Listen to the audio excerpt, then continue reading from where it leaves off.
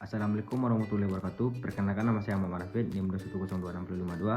Saya berasal dari Prodi Informasi Pusaka Kasipan, jurusan Bahasa dan Sastra Indonesia dan Daerah, Fakultas Bahasa dan Seni, Universitas Negeri Padang, tahun ajaran 2021-2022. Baiklah, di video kali ini saya akan menjelaskan bagaimana cara merancang skema klasifikasi arsip.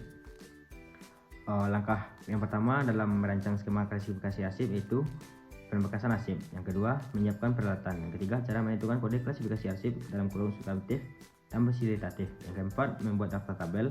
Yang kelima, penulisan nama indeks dalam kurung indeks relatif.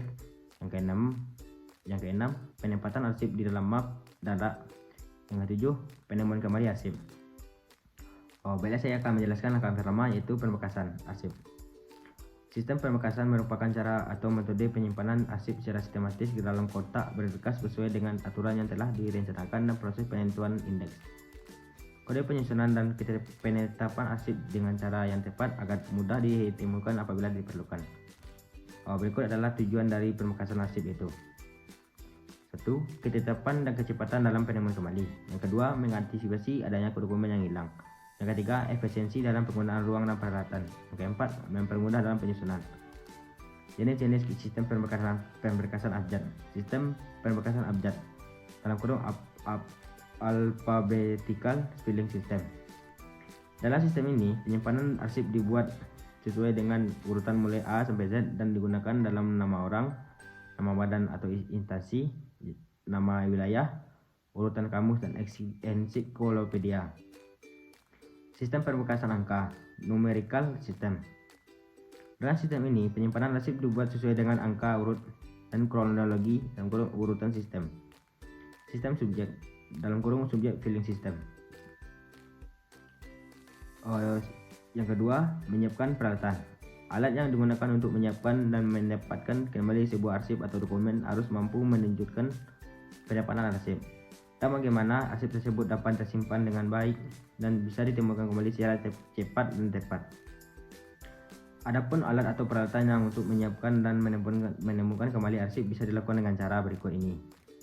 Cara yang pertama yaitu secara manual, yaitu menggunakan folder dalam kurung map, filing kabinet, roll of pack dalam kurung rak bergerak, sekat dalam kurung guide. Cara yang kedua yaitu cara elektronik, yaitu menggunakan komputer, compact disk dalam kurung CD dan lainnya. Berikut adalah contoh peralatan yang digunakan secara manual. Pada gambar di atas disebut filing cabinet. Lemari filing cabinet itu lemari arsip yang berfungsi untuk menyimpan arsip secara vertikal dalam kurung berdiri yang terdiri dari 4 laci arsip. Gambar yang di bawah itu disebut rak arsip. Rak arsip merupakan alat untuk menyimpan arsip secara lateral dalam kurung menyamping yang sudah diberi label pada masing-masing kelompoknya untuk mempermudah penemuan kembali. Gambar yang di atas disebut roll of pack dalam kurung rak bergerak. Merupakan lemari arsip dorong yang menyimpan dokumen yang dengan kapasitas besar yang digerakkan secara manual atau dengan gerakan mekanik. Gambar di bawah disebut folder dalam kurung map. Map ini berguna dalam menyimpan dokumen yang tidak terlalu banyak yang terbuat dari kertas plastik. Jenis map yaitu stock map folio, map folder, hanging folder. 3. Cara menentukan kode klasifikasi. Fungsi kode klasifikasi. Yang pertama, untuk membedakan urusan atau jenjang masalah yang satu dengan urusan lain dalam berbagai jenjang klasifikasi arsip. Yang kedua, menentukan kode klasifikasi untuk memberkas arsip. Yang ketiga, menentukan letak penyimpanan serta penemuan kembali arsip. Berikut beberapa unsur kode pada arsip. Yang pertama, huruf, angka, penggabungan huruf dan angka. Cara menentukan kode pada arsip dengan melihat arsip kemudian melakukan pemberian kode sesuai klasifikasi yang menggabungkan antara angka dan huruf sesuai klasifikasi substantif dan fasilitatif. Klasifikasi arsip terdiri dari dua bagian, yaitu klasifikasi substantif dan klasifikasi fasilitatif. Klasifikasi substantif merupakan klasifikasi yang mencerminkan tugas operasional dalam kurung pokok dari sebuah organisasi pemerintah atau swasta. Klasifikasi fasilitatif merupakan klasifikasi yang mencerminkan tugas penunjang dari sebuah organisasi. Misalnya, kepegawaian keuangan.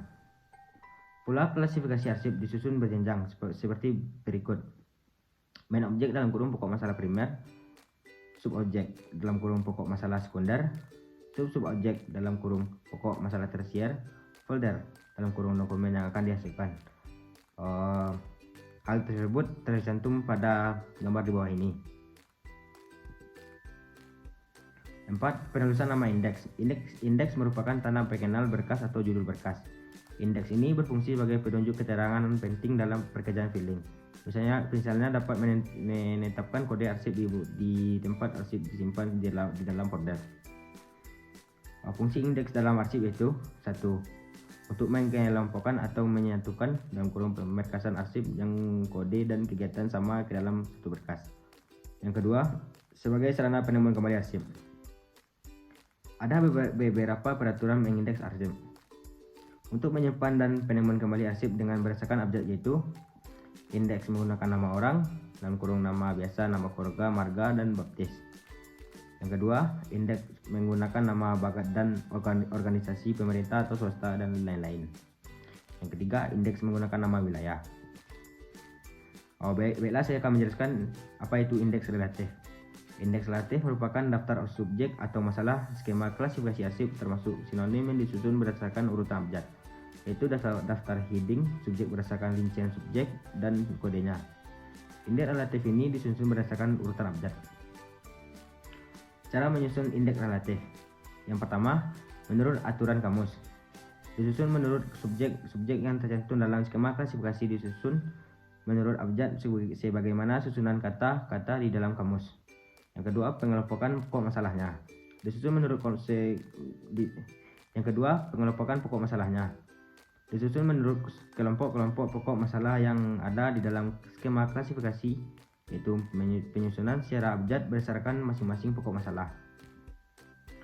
Berikut adalah arsip yang telah saya temukan di rumah saya, yaitu arsip ijazah perguruan tinggi terbuka yang tercantum pada gambar di atas. Arsip ini termasuk ke dalam klasifikasi substantif karena arsip ini termasuk tugas pokok dalam kurung utama dalam perguruan tinggi. Ijazah perguruan tinggi diberi kode PP. PP perkuliahan atau penyelenggaraan pendidikan. PP 00 administrasi penyelenggaraan pendidikan. PP 01 kemahasiswaan. PP 02 prasarana dan sarana akademik. PP 03 ijazah dan transkrip nilai. Dalam PP 03 terdapat 00 ijazah, 01 transkrip, 02 keterangan lulus sementara, 03 legalisasi. Kode klasifikasi pada ijazah Universitas Negeri Terbuka ini yaitu PP 03.00, yaitu berdasarkan PP perkuliahan atau penyelenggaraan pendidikan. PP 03 ijazah dan transkrip nilai. Terdapat 00 ijazah. Indeks kedua dari arsip ijazah perguruan tinggi. Nomor 1, nama Metriza, unit 1 ijazah, unit 2 metri, unit 30, kode MT. Yang kedua, Universitas Terbuka Padang, unit 1 terbuka, unit 2 Padang, unit 3 Universitas, kode UT. Yang ketiga, ijazah, unit 20, unit 30, kode IJ. Yang keempat, program magister manajemen, unit 1 magister, unit kedua manajemen, unit 3 program, kode MM. Yang kelima, fakultas ekonomi, unit 1 ekonomi, unit 2 fakultas, unit 30, kode FE. Menyusun arsip di dalam rangka. Ijazah dan prodi manajemen ini termasuk folder. PP 03 ijazah termasuk tersier, yang merah ini. PP 03 ijazah dan transkrip nilai ini masuk sekunder, yang hijau. PP perkuliahan dan penyelenggaraan pendidikan ini adalah primer. Arsip tersebut akan disimpan ke dalam filing kabinet di dalam banteng box. Penemuan kembali arsip. Penemuan kembali arsip ini yaitu yang satu, menyusun, menyimpan, dan memelihara arsip berdasarkan sistem yang berlaku. Yang kedua, menciptakan suatu sistem penataan arsip yang baik seperti ketetapan penyimpanan, memenuhi persyaratan ekonomis, menjamin keamanan, penyimpanan arsip, sistem yang digunakan harus fleksibel petugas arsip.